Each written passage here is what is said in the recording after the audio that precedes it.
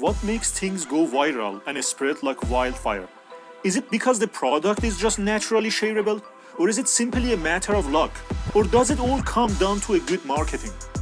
It's no secret that a well-planned advertising campaign can help, but advertising alone won't guarantee that product will become contagious.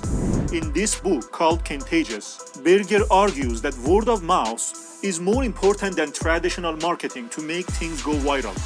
It's because word of mouth is more persuasive and more targeted. People tend to trust what others tell them more than what they see on ads. Also, people share stories with those who are actually interested in the topic. Berger explains that you can make your product contagious by taking advantage of the power of word of mouth. All you need to do is to follow the STEPS formula. STEPS stands for social currency, triggers, emotions, public, practical value, and stories. In this video, I'll explain exactly what these are and how you can apply each of them to make your product go viral. First, social currency. Think about the last time you impressed someone. What did you talk about? Did you try to impress them with an interesting fact or by showing off some insider knowledge? If so, you wouldn't be alone. Sharing certain things makes us look good to others, which means we are more likely to share them. Berger recommends 3 ways to get people talking about a product or an idea. First, inner remarkability.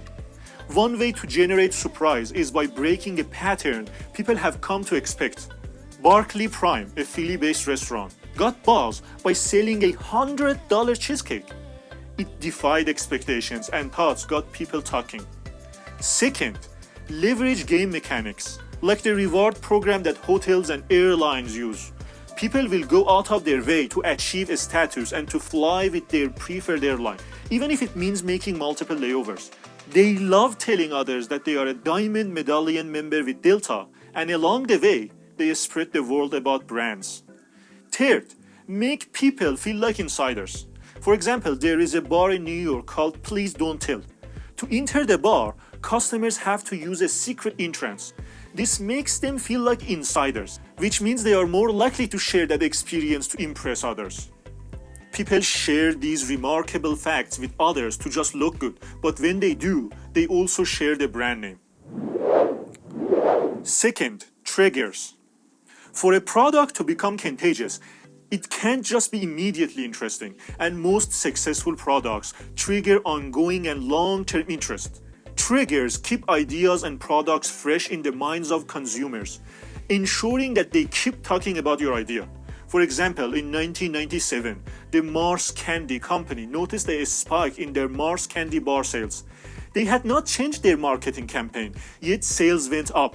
It turned out that during that same period, NASA was organizing a mission to Mars, and the news triggered the idea of the candy in people's minds. And sure enough, sales spiked. But you can also deliberately create your own trigger. For example, the Kit Kat bar became successful mainly because of the marketing campaign, which associated eating a Kit Kat with taking a coffee break. Something many people do every day. They showed the candy bar next to a cup of coffee with the slogan, "The break's best friend." The campaign became successful because whenever you took a coffee break, the idea of eating a Kit Kat would be triggered. So to ensure that people will keep telling others about your product, you should employ a trigger. And remember the old saying, top of mind is tip of the tongue. Third, emotions. Emotions compel us to action. They make us laugh, shout, share, talk, and buy. In an analysis of 1,000 New York Times articles to better understand why certain pieces of online content are widely shared, Berger found that positive articles were more likely to be highly shared than negative ones. No surprise there. After all, when we care, we share. But that wasn't the full picture. Berger also discovered that people were more likely to share articles that evoked anger or anxiety. Why?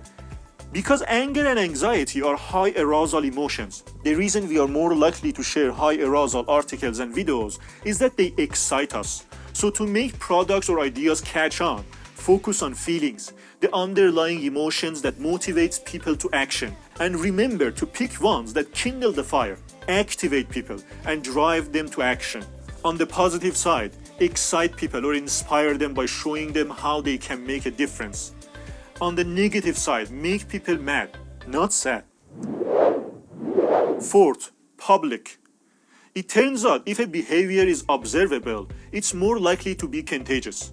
Observability has a huge impact on whether products and ideas catch on. Why? Because observable things are also more likely to be discussed. We are most influenced by products, ideas, and behaviors if we observe them frequently. This perfectly explains why the famous Just Say No anti-drug campaign actually increased drug use. They showed a wide range of young people in a variety of situations being offered drugs and refusing them. But the campaign made it seem that drugs are quite common and taking them is normal. The fact that we tend to imitate the behavior that is public caused an increase in drug use. Clever marketers can take advantage of this tendency by making their logo or brand publicly noticeable. Like the bright yellow Livestrong bracelets many people can be seen wearing. And remember, if something is built to show, it's built to grow. Practical value. If a product or idea is simple, practical, and useful, it's more likely to become contagious. That's because useful and practical things make our lives easier. For example, Ken Craig, an 86-year-old farmer from Oklahoma, produced a single amateur YouTube video to show that microwaving corn made it possible to remove the husk without leaving behind any of the corn silk. This video attracted more than 5 million views simply because it was something people can use. Another practical and useful thing we tend to share are discounts. Studies show that how a discount is presented is also important. There is a discount principle called the Rule of 100, which says if a product is priced below $100, a percentage discount such as 10% off is more attractive than saying $10 off. But if it's over $100, the numerical discount is more attractive than the percentage discount. Of the 6 principles of contagiousness that Berger discusses in the book, practical value may be the easiest to apply. And finally, stories.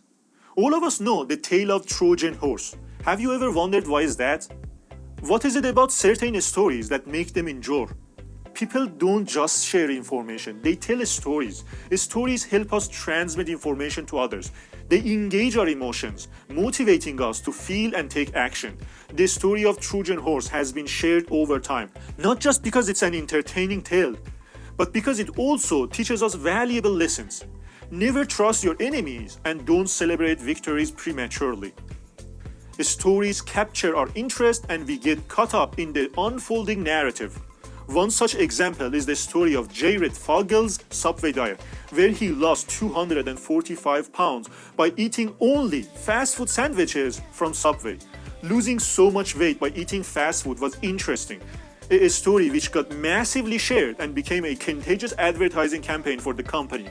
Its message was that even if you eat only Subway sandwiches every day, it will be a healthy diet.